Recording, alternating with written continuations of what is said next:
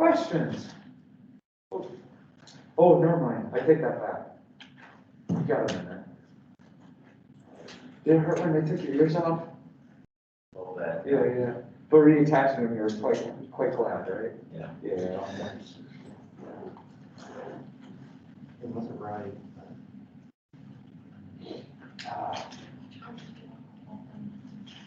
I think I was thinking about dermatology. Is that? No, okay, I just thought it was. See, I can't pull that off because I have some of these like pile cysts, pillar cysts. Hair follicle goes beneath the surface and it gets surrounded by keratin. And I get these nice little bumps on my head. So if I shave my head like that, you have like 3 or 4 little bumps on my head. You ever noticed Terry? No, there's one right here. And actually, if my hair gets part of the right way, I can see it. I'm self-conscious about it though, so don't let me know if you can see it. Alas, I will never shave my head. Okay, yeah, okay, now we're 1 minute, yeah. For Cassie is it? Sorry. Oh, no, you're fine, I didn't want to interrupt, but you're good. I mean, this is supposed to be what happens, right? Collaboration. Yeah. Question?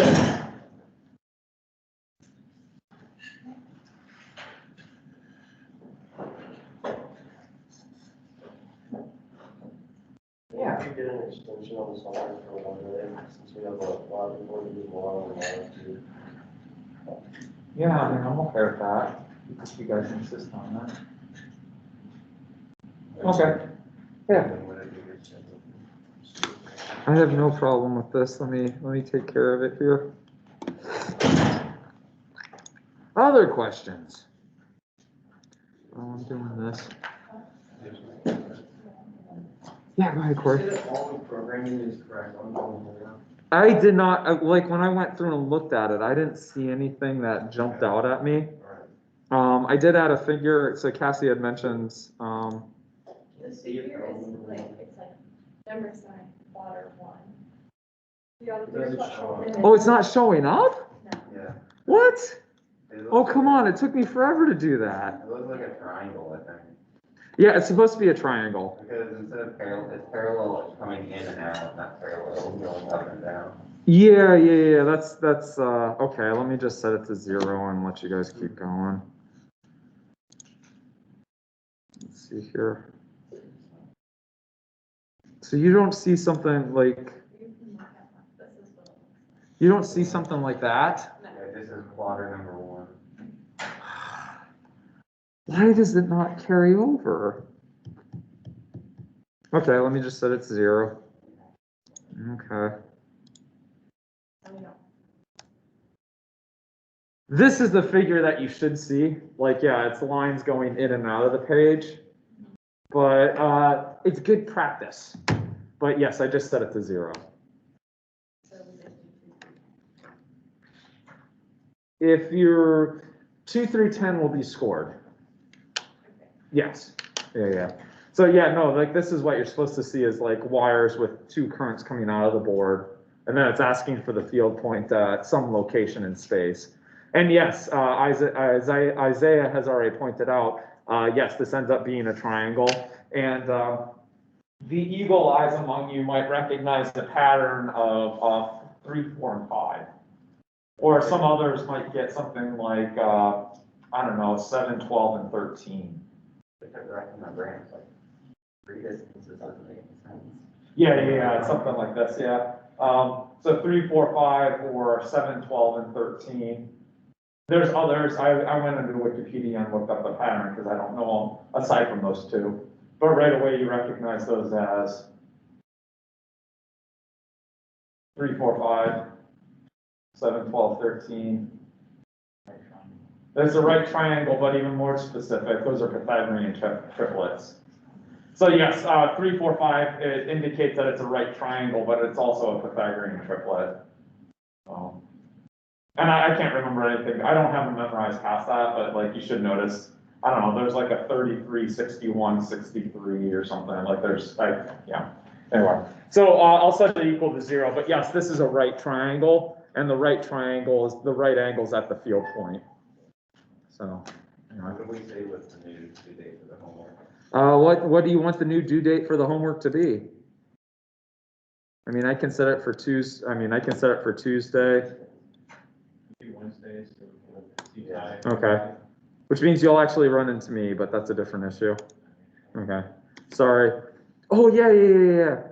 For what it's worth, Ty has a very important exam on Thursday, so you might want to wish him good luck. So, I think it's Thursday morning, so he's driving back home on Wednesday, but he has a very important exam on Thursday, so you might want to wish him good luck. Yeah, that's exactly what it is, but they do, the professional engineering exam, which means he has to travel somewhere to take it. He can't just like do it here on campus. Anyway, you might want to wish him good luck on that. Or you could just say, I would wish you good luck, but I don't think you need it. I mean, that's a compliment in itself, right? Like, yeah. Of course, that could come back as a really backhanded slam too. I would wish you good luck, but no amount of help is going to help you, right? Like, I meant it in the good sense, not the bad sense, right? Like, anyway. So, okay, it should be set for Wednesday.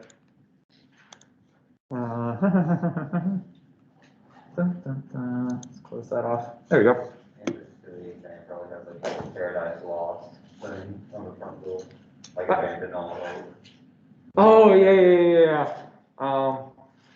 Shoot, I probably shouldn't admit it, but I've never read Paradise Lost. I love like classic literature. I think I've managed to crack like the first 10 pages, and then the Iliad and the Odyssey is the same way. I think I got about 2 chapters in and I was like, I We can't. read it in our English class. We just did like a summary, like they didn't even put us through the whole thing. Dante, is that right? Or who wrote Paradise Lost? I should know this. Sinclair? Milton. Milton? Okay. Dante with the Divine Comedy. Yeah, Divine Comedy. I was thinking Inferno, but yeah. Like, it's funny, I have better repertoire in French literature than I do in English literature, which seems weird. But hey, let me tell you, that scene in Madame Bovary where her hand comes out of the window and she flitters away the letter. No, not familiar. You're not missing much, I guess. Okay. Other questions?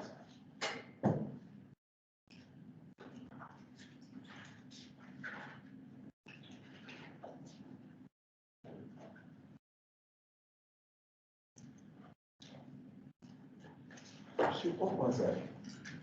I have to double check. I don't know if Schmuck's Dinner was based off of Tartuffe by Moliere or not. Go back and check, I guess.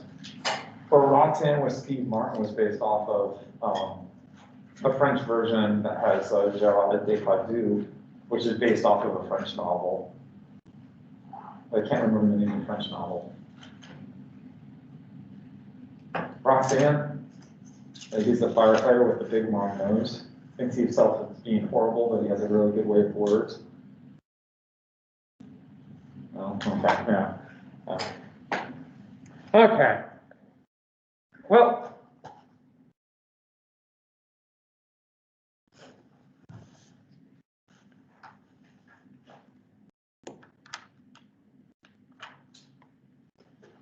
There we go. That'll actually keep my computer charged. This way just a little bit.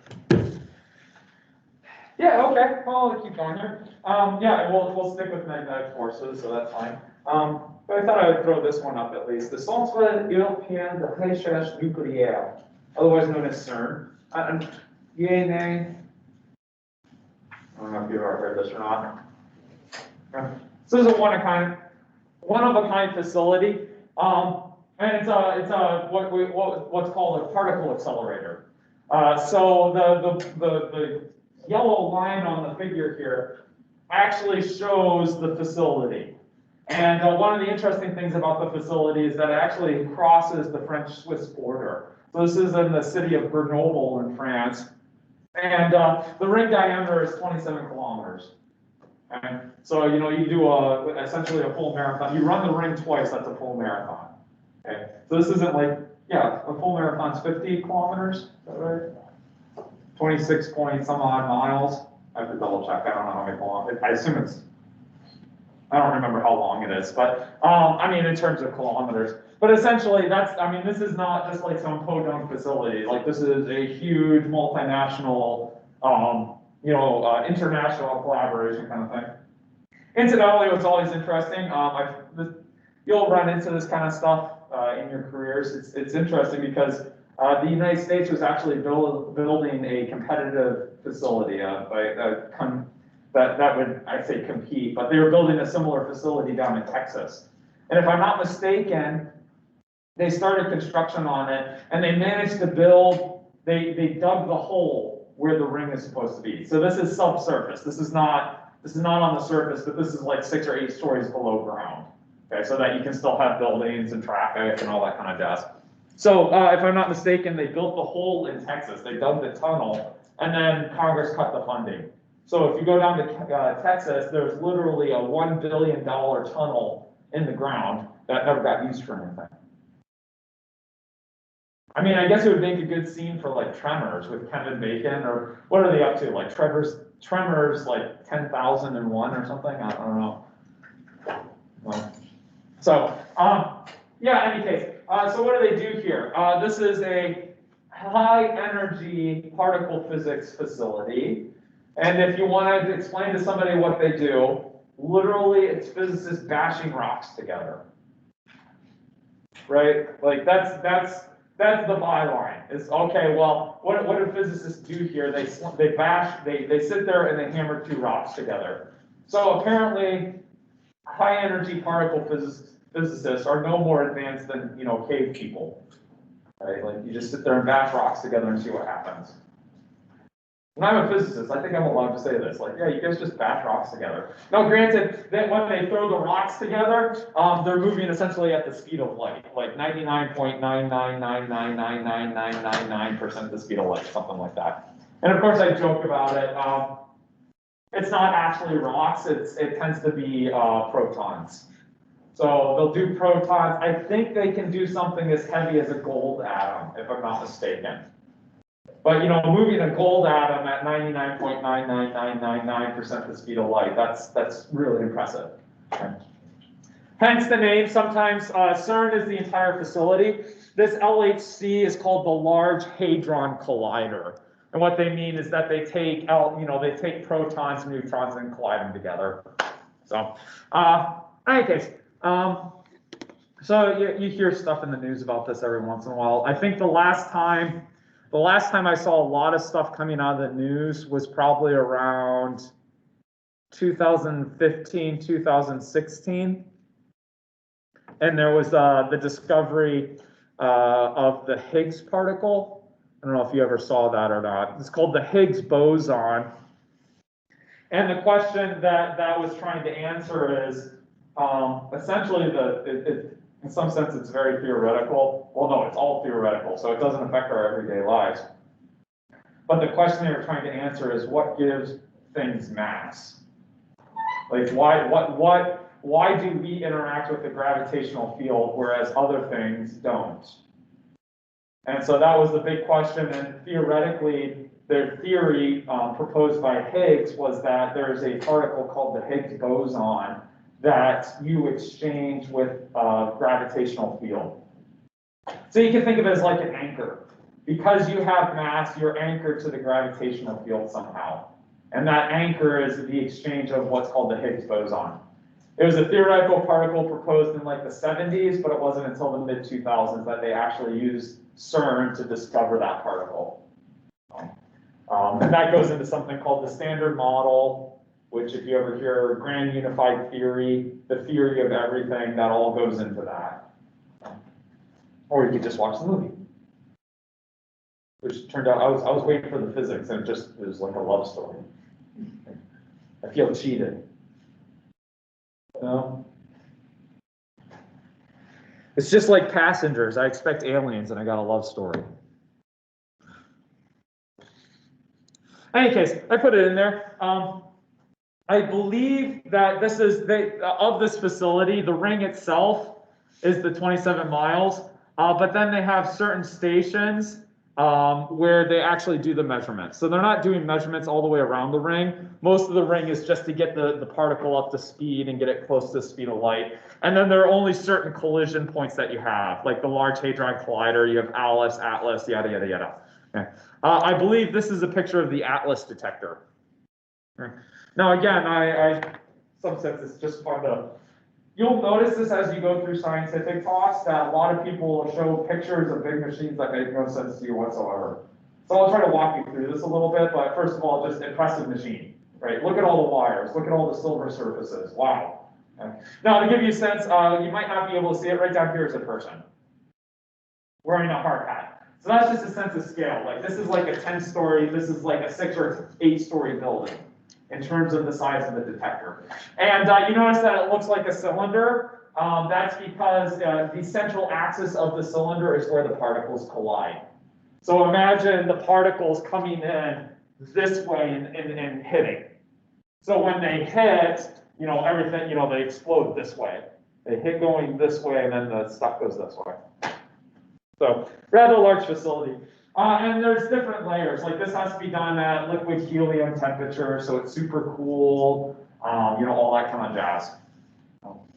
Wow. Okay, so now, okay, pretty picture.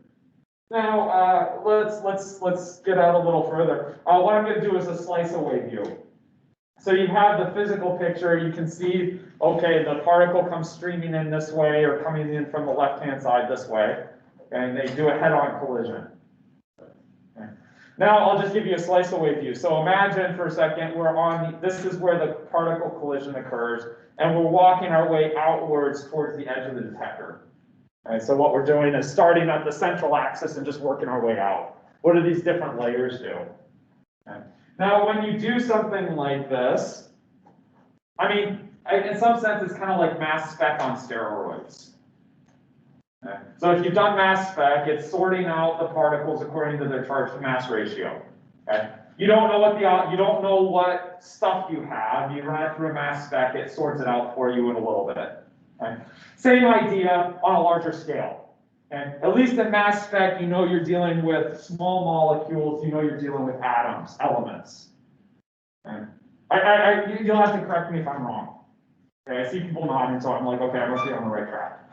High energy particle physics are doing the same thing, except it's looking at what atoms are actually made out of.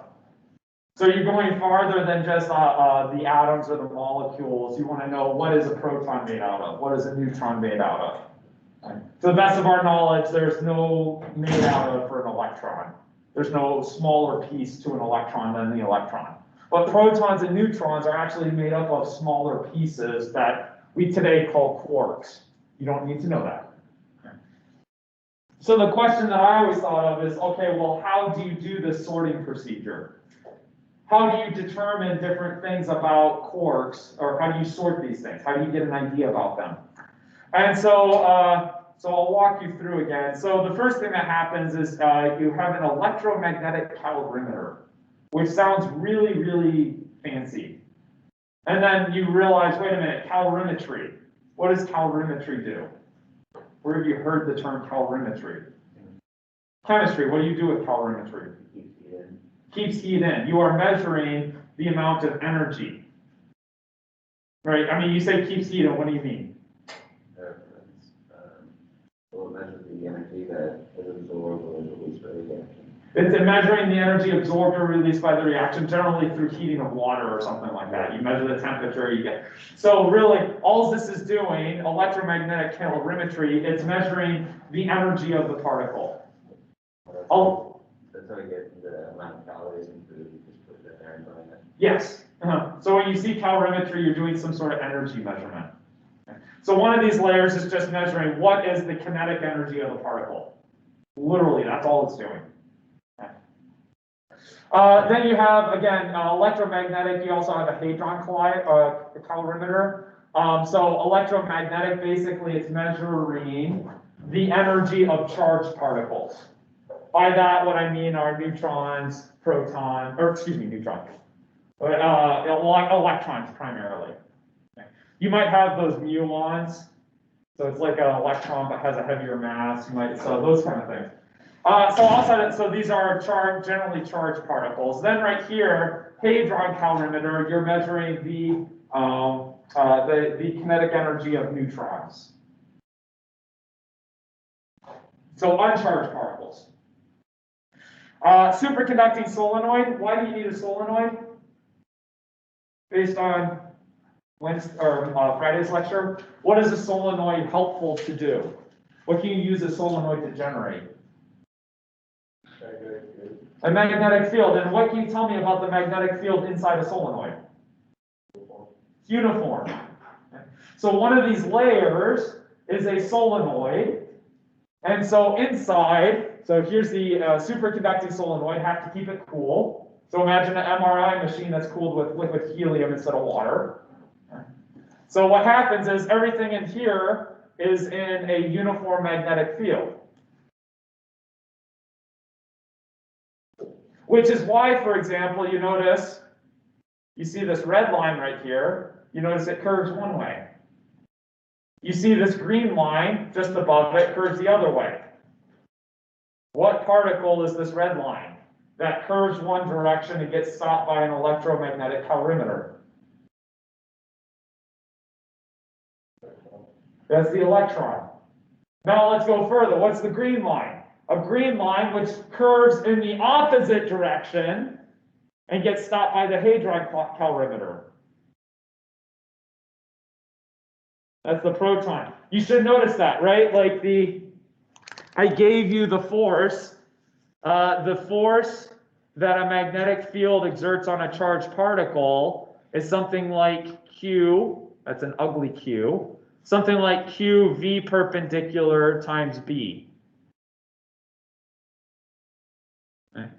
Now that Q, if you have a positive charge, it should curve one way. If you have a negative charge, an electron, it should curve the other.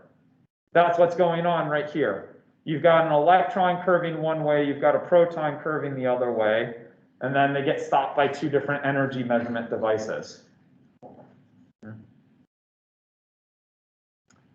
Then you go through some other stuff. Iron return yoke interspersed with muon chambers. I think, sorry, I should know this. I think the iron return yoke is you have to have a completed circuit. So you're running current through the solenoid one way, you got to get that current back. You have to complete the circuit somewhere. So I think that's what the iron return yoke does. I'll have to double check that. And then this other thing is muon chambers. Okay. Those muons are these, shoot, how do I explain muons? Oh, yes. Let's go at it this way. Electron. Thinking about the electron and thinking about the proton. The electron mass is really small. What does that tell you about the acceleration of the electron when a force is applied to it? It's a lot. You notice that the force that the magnetic field exerts does not depend on the mass, right? The charge of the particle, the speed of the particle, the magnetic field strength. So the force does not depend on the mass, but then the acceleration will. Smaller mass will give you a larger acceleration. Notice, what can you tell me about the curve of the electron's path as compared to the curve of the proton's path? Which one has the higher acceleration?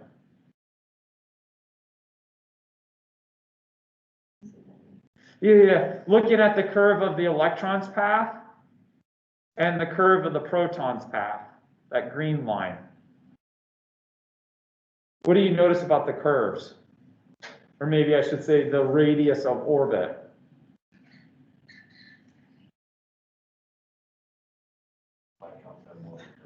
The electron has a larger curve. The radius of the electron's orbit is smaller, more curved, smaller radius than the proton. Why? Because the electron is less massive. Less massive, higher acceleration, sharper curve. More massive, lower acceleration, gradual curve. What does that tell you about the mass of the particle that gives you this blue trajectory?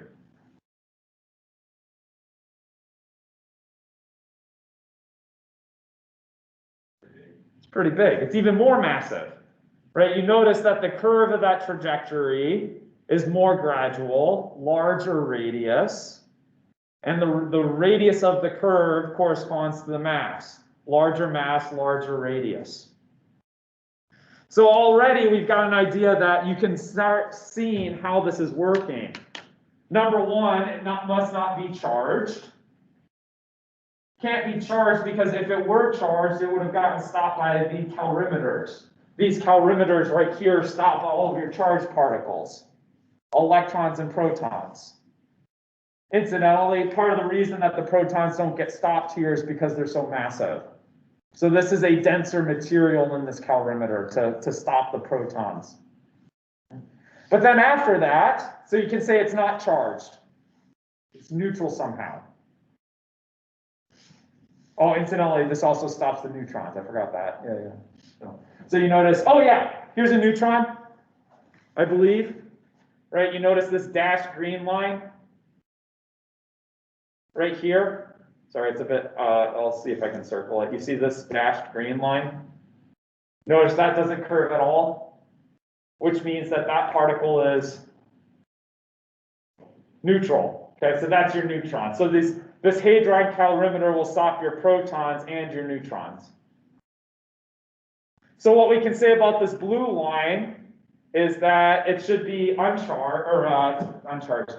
You can say it's more massive than the proton based on the curvature of the arc.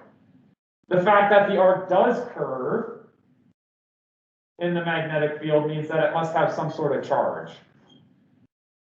So more massive than the proton, curves. Oh, incidentally, based on the curve, is it positively charged or negatively charged?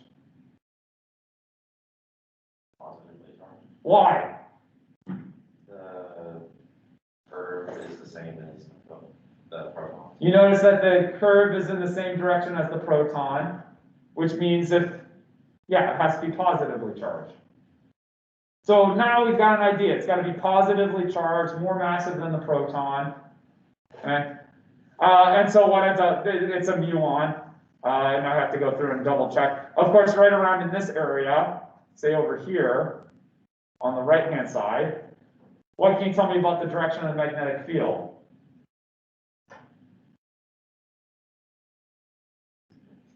It switches, right? You go from curving downwards to all of a sudden curving upwards. Now, of course, you see that circle right here in the middle. You know, they tell you it's 2 Tesla out of the board, whereas originally it was 4 Tesla into the board. So they switch the direction on you. Yeah. So it starts going upwards. And then the rest of these muon chambers are to get an idea about, essentially, I think they give the mass of the muon. So they're trying to figure out how massive actually is this thing, how much energy does it actually have, yada, yada, yada. And keep going. So it's like your mass spec, but souped up. Because no longer can you assume that you're just going to have protons, neutrons, and electrons. You bash these things so hard together that you start creating quote unquote new particles. And I can't remember, like they can fill up I think it's like they can fill up 100 terabytes of data in under 5 seconds. I mean, some astronaut, like the amount of, just basically the amount of collisions and the amount of data they can produce, like they would fill up on-site storage like within a couple hours if they just recorded everything. So usually what happens is they have an idea of what their theory tells them what they should expect. And what it also does is tells signals that can be immediately thrown out. So they do some fast filtering. Like, for example, I don't need to record these paths. Those paths are protons and electrons. I already know what those are. So I'll throw those out. So I don't need to record that data. And it does stuff like that. So it's a little, of course, you also know this, you got to be careful because there's exactly one of these instruments in the world, which means This is a good science question just in general. I mean, why should we be concerned if there's only one of these instruments in the world? How do you repeat the experiment independently? Good, right? If there's only one of these machines, how do you repeat the experiment? How do you make sure it's repeatable? How do you make sure that it's not just the same group using the same machine getting the same result? Well, yes, of course that's gonna, So what happens, this goes into a different thing, but these groups, I've mentioned a couple of different facilities around the ring. Those groups, if they communicate to know what they're looking for. Hey, we're doing an experiment on the Higgs boson. Oh, we are too. Okay, at that point, so, and I'm sure there's some deeper communication channel there. But I'll say at that point, they make sure that they don't talk to each other about that experiment. So that's where they get the independent confirmation, is that one group that's using, say, for example, Alice is looking for a particular thing. The group over here, CMS, is looking for the same thing. They will not talk to each other. They will purposely not, now the PIs, the principal investigators, might be talking to each other to make sure that they know that they're working on the same thing. But in terms of the data analysis, in terms of the data collection, in terms of how they process everything, they do not talk to each other about the techniques they're using. They do not talk to each other about the group or about the data. So it's a blinded experiment. So that's how you try to get reproducibility. Is that this group works on it, doesn't talk to this group who's working on the same thing. And only after they both agree that they're done with their analysis will they actually cross-share the results. They'll say, we're done with our analysis, we're ready for publication. They'll say, we're done with our analysis, we're ready for publication. Then they'll publish the results independently. Then they'll see if they actually agreed on what they found. It's only after that that they might actually combine the data to get a better measurement. So they do a double blind to make sure that they're not, contaminating each other's results to maintain the independence. And then only after they both published using their own separate techniques will they combine the results to see if they can get a better value. And that's what happened with the Higgs particle, is that there was a huge press conference scheduled where they both released their results at the same time. And they said, hey, both of them said, hey, we found the Higgs particle. Oh, by the way, we analyzed the data completely independent and differently. So one group analyzed the data one way, one group did it a different way, but they both found the same result. So yes, good. When you have a one-of-a-kind instrument, you have to be very careful about how you use it so that you can maintain impartiality, you can maintain reproducibility. Now, will you ever run into that in your life? I don't know. I don't know for sure, but it's always good to be aware of it. Like, keep in the back of your mind, this has to be reproducible. So it could be something minor, like if you're unaware of it and you're just talking with a colleague over lunch about what you're working on. I mean, if you're at CERN, you got to be careful, right? Like, oh yeah, I've been struggling with this data analysis technique. I'm trying to do this, that, and the other, and I just can't figure it out. You could be inadvertently contaminating your experiment. Oh yeah, I've got an idea. I've done that in my stuff. Here's how you do it. So sometimes you just got to be careful. So yeah, it's like mass spec on steroids. You separate it out according to charge, you separate it out according to mass. And once you've separated everything out and you've accounted for the obvious stuff, that's when you start getting excited. Hey, is there stuff that we can't explain? What is that stuff?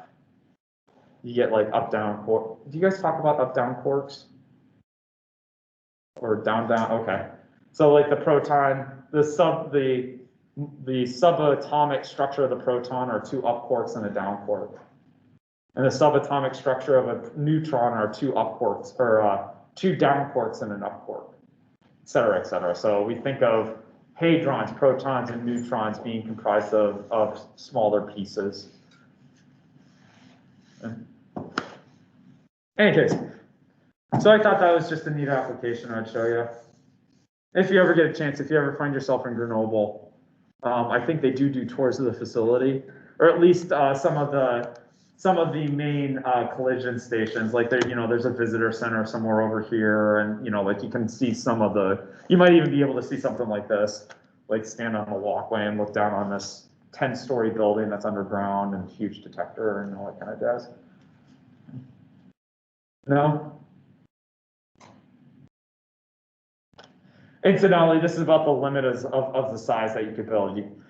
I think, it'll never happen, but essentially, if you want to go bigger than this, like, you're starting to talk about, well, let's just build this thing in space, like, then, because you have to maintain vacuum, for example. So you got this 27-kilometer tube that you have to keep cold, like 4 Kelvin, and it has to maintain vacuum. So like there's these things, and it has to be level, right? Like the minute that a tree falls in the forest, it might shake your machine and then you got some problems. So like, yeah, like this, we're at the limit of what I think could be feasibly built from a technological standpoint. You might as well just do this in space and then you don't have to worry about the vacuum or the temperature. Right? Average temperature of space is like 2 Kelvin, sub 2 Kelvin. Especially if you get far away from any of the stars. Yeah, so if you want to warm up your hamburger, just stick it out in space and it'll hit this balmy 2K. No? Incidentally, I always hate it when somebody falls out into space and they freeze right away. Nah. You guys know, right? How do you primarily lose your body heat?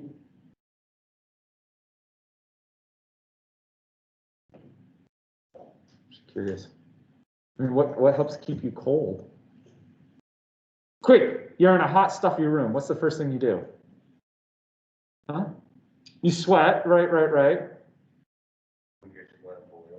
Your sweat boils, literally, it boils off your skin. Yeah. One of the other things you do, you start. How does this help? I'm sorry? Somebody said evaporates the sweat? Yeah. Well, I say sort of. Well, yeah, that's a different issue. Yeah. You die from asphyxiation first, but yeah, let's say, so essentially what's going on? Well, you sweat, so the air right next to your skin is saturated, right? Your sweat has evaporated, so there's a layer of water vapor just above your skin and it's saturated. Well, how do you increase the rate at which the sweat evaporates? You have to remove that air, right? Take that saturated air and move it away from your skin so that fresh air can replace it and take the water. And then, so when you're doing this, yes, you're helping increase your evaporation because you're moving the saturated air away from your skin and getting more convection. Your body usually stays cool by convection. It's air molecules next to your skin that warm up and fly away, and new cold air molecules come in and get warmed up and fly away, and that's how your body naturally gets rid of, heat. Lowers its temperature. Of course, if you're out in space, can convection keep you cold? No, right? There's no air molecules to carry that heat away. So like I hate movies where I see somebody go out into space and they instantaneously freeze. Like, I'm sorry, but that's going to take like at least an hour, maybe 2. Right? How do you get something cold in the fridge? It's the air. The air is touching the thing that cools it off. Or how do you freeze something in liquid nitrogen? Well, it's the liquid nitrogen that, if you don't have anything that's touching the object to carry away the heat, then it's not going to cool off very quickly. So if you were to hold your breath in space, would you rupture your lungs? Yeah, basically. With the gas expands. Yeah, exactly. So you'll die from rupturing your lungs or asphyxiation. So if you find yourself on the International Space Station and it springs a leak, the first thing you should do is exhale. Because then at least you have a couple minutes worth of blood, or like oxygen in your blood, and at least you won't pop your lungs. So you might get like 2 minutes of, 2 minutes of figuring out what to do before I black out. I don't know, I say 2 minutes. Like, have you ever tried to hold your breath? Yeah, can't do it. Heck, I almost pass out when I have to give a grandma piggyback ride to the second floor. Right? After you're chugging out your dad. Use your legs, grip with your legs on the hips, not. Okay, there you go. But yeah, so this is kind of the same idea. This is called a bubble chamber, and I know you have a homework problem on it. But the same idea, this is the old school pre-CERN kind of way of doing it, is that what you have is, let's see, it's supercooled helium, usually. And what happens is that because you have supercooled helium, it's a fluid, and as a particle carries through, passes through that supercooled helium, it deposits a little bit of its energy. Well, what happens is that as it moves through the supercooled helium, it collides with the helium and transfers a little bit of the energy to the helium particle through that collision process. Well, that vaporizes the helium, turns it from the liquid to the gaseous state. And so what ends up happening is, as this particle passes through, it creates a trail of bubbles exactly along its trajectory. So that's what you're looking at here. Are that all these little things, you're seeing bubbles of supercooled helium that have been heated up by the passage of a particle. And so they call these this is called a bubble chamber. So you can physically see the track that the particles are following. And the same thing, we play a song and dance. You can pick, say, a couple of tracks. And of course, if you have a good enough high resolution photograph, you could actually pull out that track and realize that there's one particle going in and immediately splits into two. What can you tell me about the charge of particle 1? It's neutral. This bubble chamber is exposed to an external magnetic field. Because this particle isn't changing direction, it must be neutral. And then at some point, what happens right here?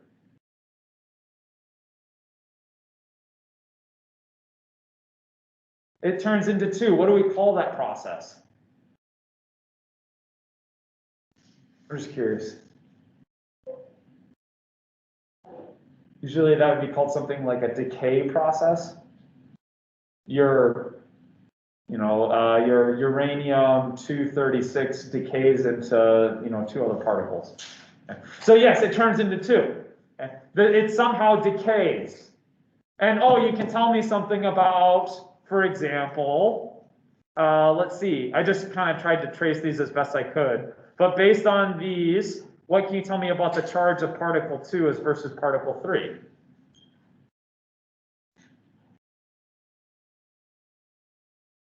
They both originate at this location, and particle 3 goes this way, and particle 2 goes this way. What does that tell you about the charge?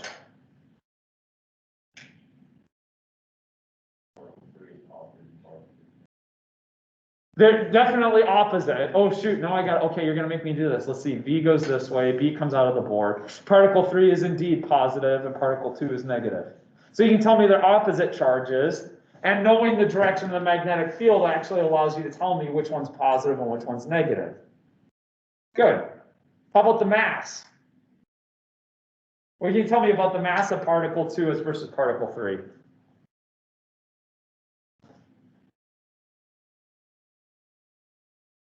Go ahead, talk to your neighbor, get an idea. What can you tell me about the mass of particle 2 and particle 3? How do those two masses compare?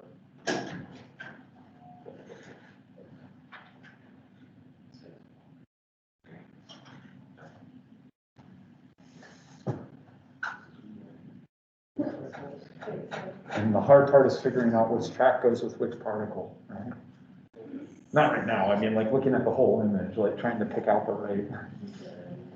Yeah. Yeah. I assume that what they do is they just go for statistical, like hopefully I get one that's easy to identify from the rest of them. Oh, okay, that's the one I'll analyze, like. That's what I would do. That's what I would do too.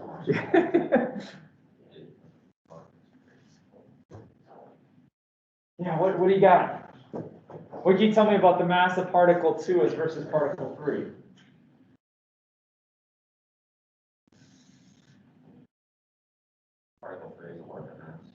Based on, The radius of the circle. okay, I'll buy it.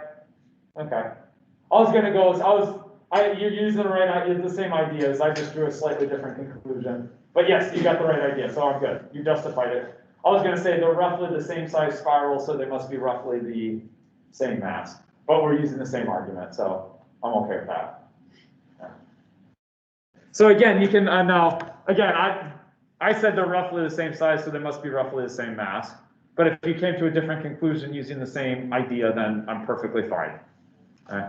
So that's why I put same mass, roughly the same size spiral. I think it had opposite charges. Did I have anything else? Orbital radius, okay, that goes with the same mass. Oh, although, that's a good point. Sorry, I forgot that I had this in here, so, okay, yes, this is a good point. You can measure the size of the radius, or you can physically measure the orbital radius, right? The size of the spiral. Which means you should be able to get an idea about how fast it's moving. Or differently speaking, I'm sorry, let's go a different way. You can get an idea about the kinetic energy. There we go. Yeah. When you're measuring like the radius, you start from like the center spiral and go up to like the widest or the part spiral, or do you just go to the next like, circle in the spiral? Yeah, from practicality, from a practical standpoint, okay, I don't know how they would do it. Okay. But what I would, if I were kind of faced with this as a ballpark maneuver, I would probably say, okay, here's the center of the spiral right there, and then I would measure a radius out like this. Yeah, and that would tell me what the kinetic energy is at that, when it was at this location in space. I can use that idea to find out the kinetic energy at this location in space. Of course, the fact that it spirals, what can you tell me about the kinetic energy of the particle? The fact that it spirals. It's also a good question. But you use an angular velocity or something. Okay, so you're using, oh man, I wasn't thinking angular momentum here. Okay. Sorry, Shoot. that was a different question. Oh, I'm sorry? I think that was a different question. Oh, you're thinking homework. Well, I guess, but. Yeah, no, let's see here. I would say that, shoot, I would say that the total angular momentum should stay constant, or is it gonna change? I'm not sure I gotta think deeper about angular momentum here. I was thinking just in terms of energy for a moment. Yeah, let's restrict ourselves to energy. Shoot, I still have to look up the NMR. Nuts, I haven't looked it up yet. I'll try to remember to look it up. Yeah. Yeah, let's think in terms of energy for a second. The fact that it's a spiral, what does that tell you about the kinetic energy of the particle? Decreasing. It's decreasing. If it were constant, what should the trajectory look like? A circle. Same speed means that, okay, constant. Yeah, so it should be a circle. The fact that it spirals in means that the kinetic energy must be decreasing. And we have some reason on why the kinetic energy is decreasing. Why is the kinetic energy decreasing? I'm sorry? It's colliding with the, It's colliding with it. Remember how do we produce the tracks in the first place? The particle transfers a little bit of energy to the liquefied helium to vaporize it. So it should make sense that you're going to get these spirals, because in order to produce the signal in the first place, there's a little bit of energy being transferred. So I haven't gone through and thought about it, but it seems to me that you might be able to use the size of the spiral to figure out how fast the particle was initially traveling. Right? You could just add up how much energy is being transferred all the way through that spiral, which I think is part of the, right? I said, you're at one location, what's the energy on the next orbit when you're farther in? So you find the change in energy and ballparkish. Yay, nay?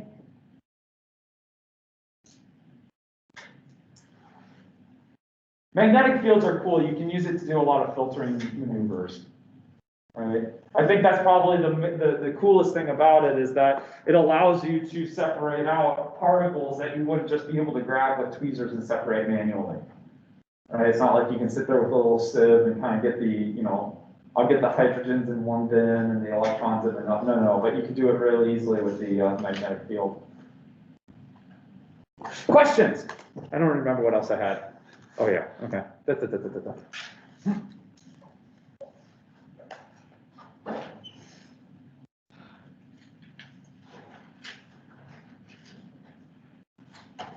Here's another really cool one. What happens if your velocity is not perpendicular to the magnetic field? Or maybe a different way I should say this. What happens if you have a component of V that is parallel to B? I think actually this came up as well.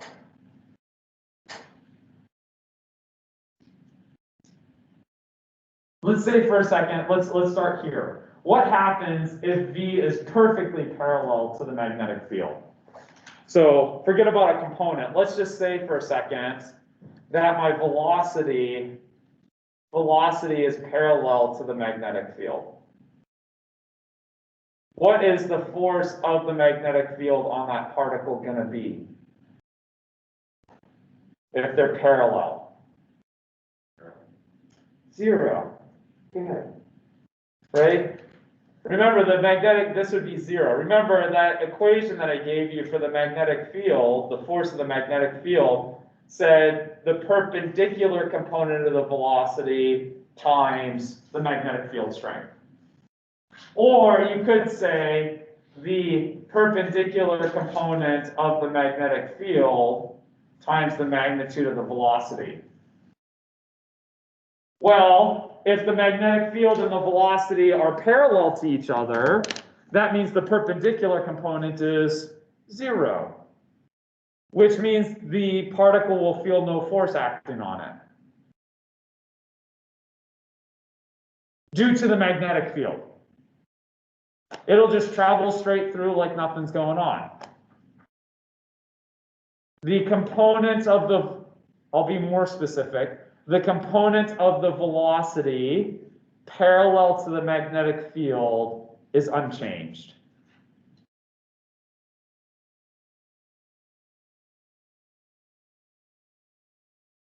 Yay, nay?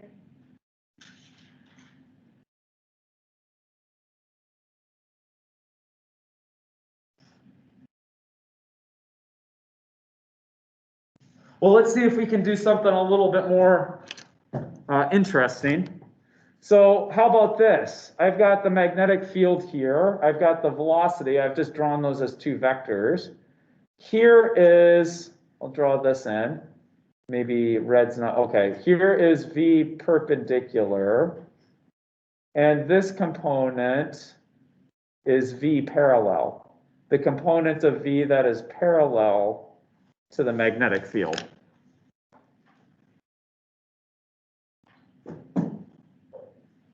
V parallel doesn't change, right? There is no force due to the magnetic field in this direction, which means V parallel should stay constant. How about this component? So if I have the magnetic, if I'm moving perpendicular to a magnetic field, what does my trajectory look like? If the particle's velocity is perpendicular to the magnetic field, what should the trajectory look like?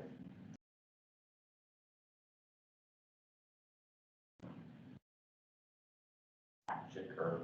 Should curve. What does the trajectory look like if it just continually curves?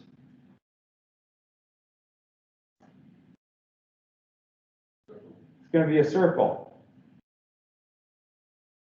So when you know, the perpendicular component of the velocity will cause it to curve, move in a circle. The parallel components will just stay unchanged. What happens when you take this circular motion and add to it this parallel motion? You got a component this way that doesn't change, and the component this way is moving in a circle. What's my final shape going to look like if I kind of put those two on top of each other?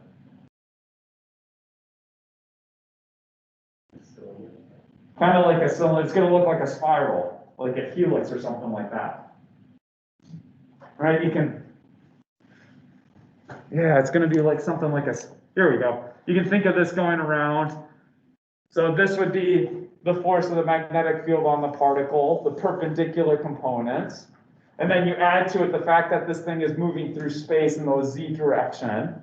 So you can kind of put those two together and you end up with something like a spirally guy.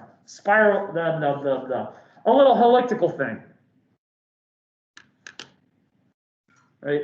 So it'll go around in a circle, but as it's moving around the circle, it keeps going in that third direction. And this is the basis of things that are called like magnetic confinement. Or sometimes you'll hear it, sometimes, I refer to it sometimes as a magnetic funnel. But the idea is that the particle will, for lack of a better term, I'll say it will kind of orbit around the magnetic field lines. It'll kind of spiral in around the magnetic field lines.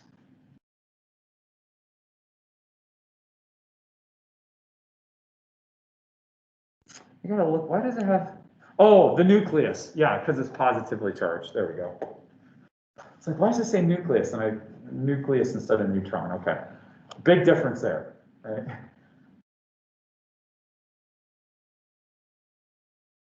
Yeah.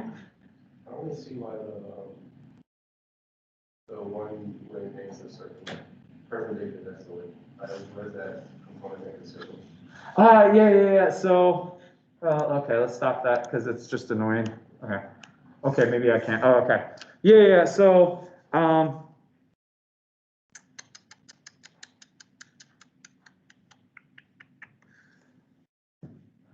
the direction of the magnetic force. How does that compare to the direction of the motion of the particle?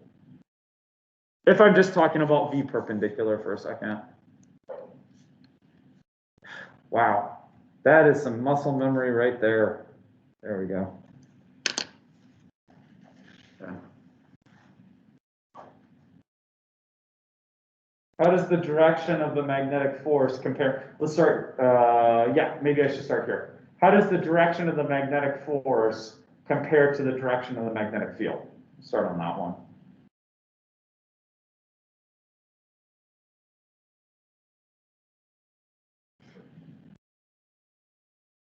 Well, I do solemnly swear that I will use my right hand. Okay. So let's think for a second. I gave you a right hand rule that said fingers have to be in the direction of the velocity. Palm has to be in the direction of the magnetic field.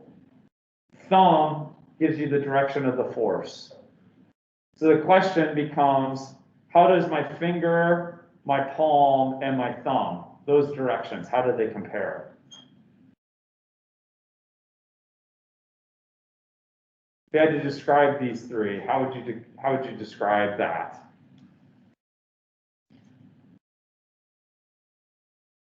Perpendicular.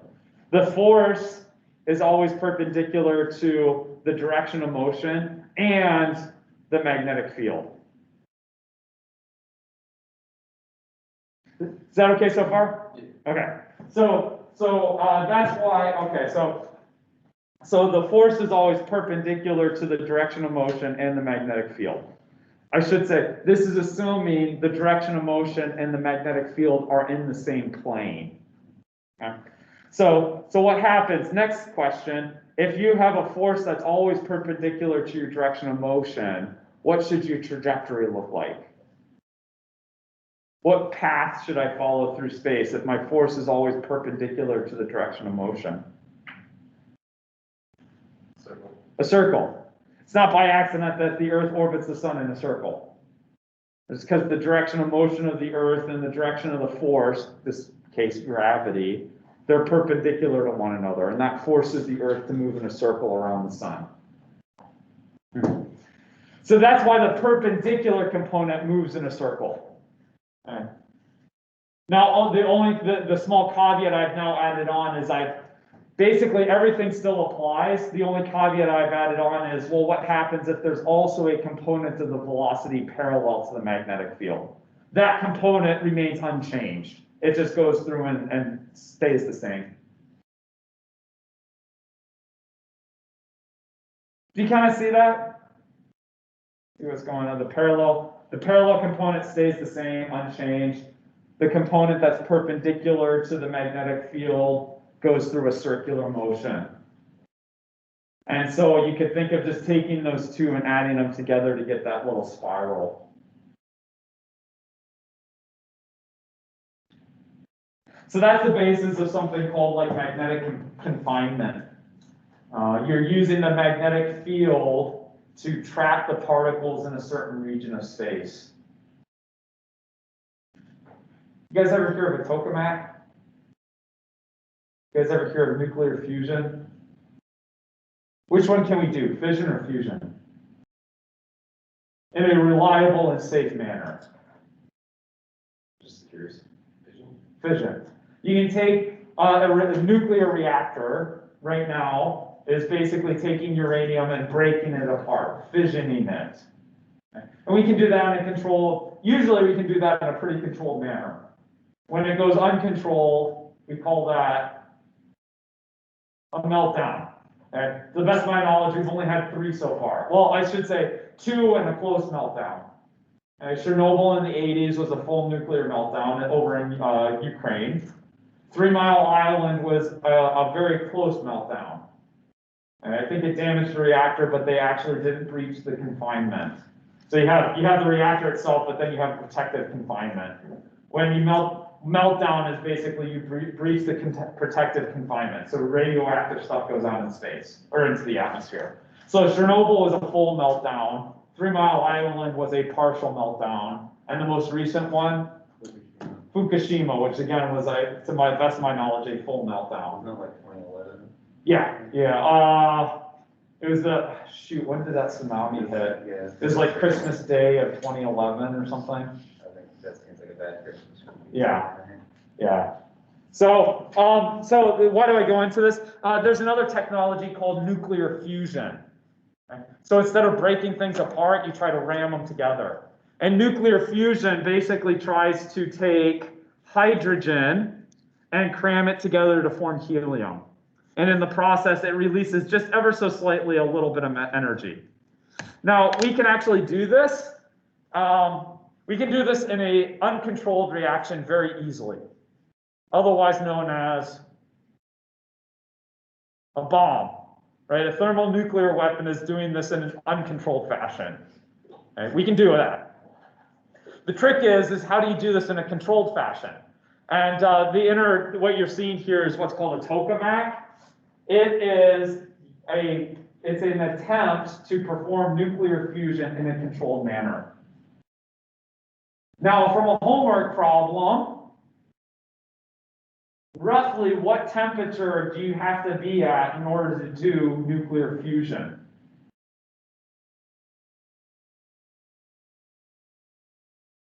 You don't remember it, do you? You remember calculating out the temperature? There's a problem, like you have a proton going after a proton. How fast does it have to be moving in order to actually touch?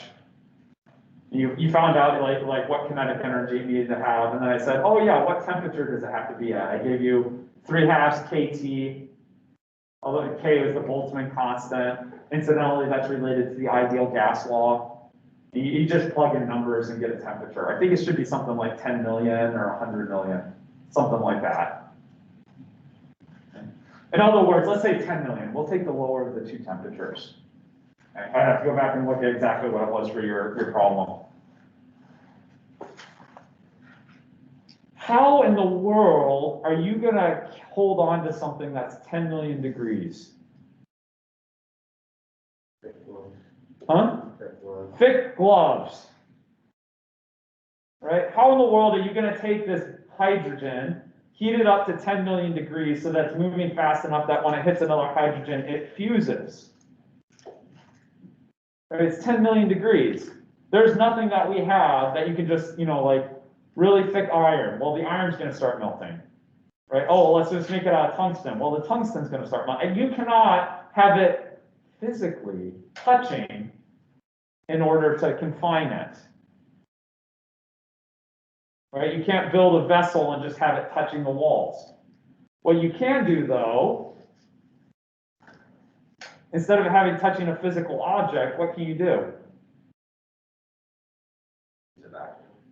Vacuum. And to keep it from running into the walls of your vacuum container, run a magnetic field. So this interior of this tokamak that you're looking at, the magnetic field runs around, it's like a donut shape. You're inside a donut. So you run the magnetic field around this way, you pull a vacuum, you run the magnetic field this way, and your charged particles will go in a spiral around this thing. So you can think of it spiraling this way. Literally, the path of your charged particles looks like a donut as it goes around the tokamak.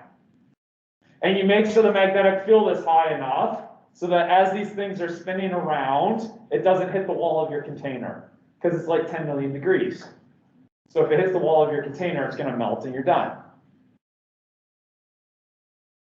So yes, you pull vacuum, you run a magnetic field, and then you use the magnetic field to keep this hot stuff from actually touching the walls of your vacuum and destroying everything. The good news is we can do it. The bad news is to heat up the gas and to pull the magnetic field and the vacuum costs more energy than what we get out of the reaction. So I think we can do this reaction sustained for like on the order of tens of milliseconds, and we get energy out of it. The problem is that to do the reaction, we have to put more energy in than we get out. So it's not yet energy positive. We're not even energy neutral. But if we could run this reaction for a couple seconds, then we would be energy positive.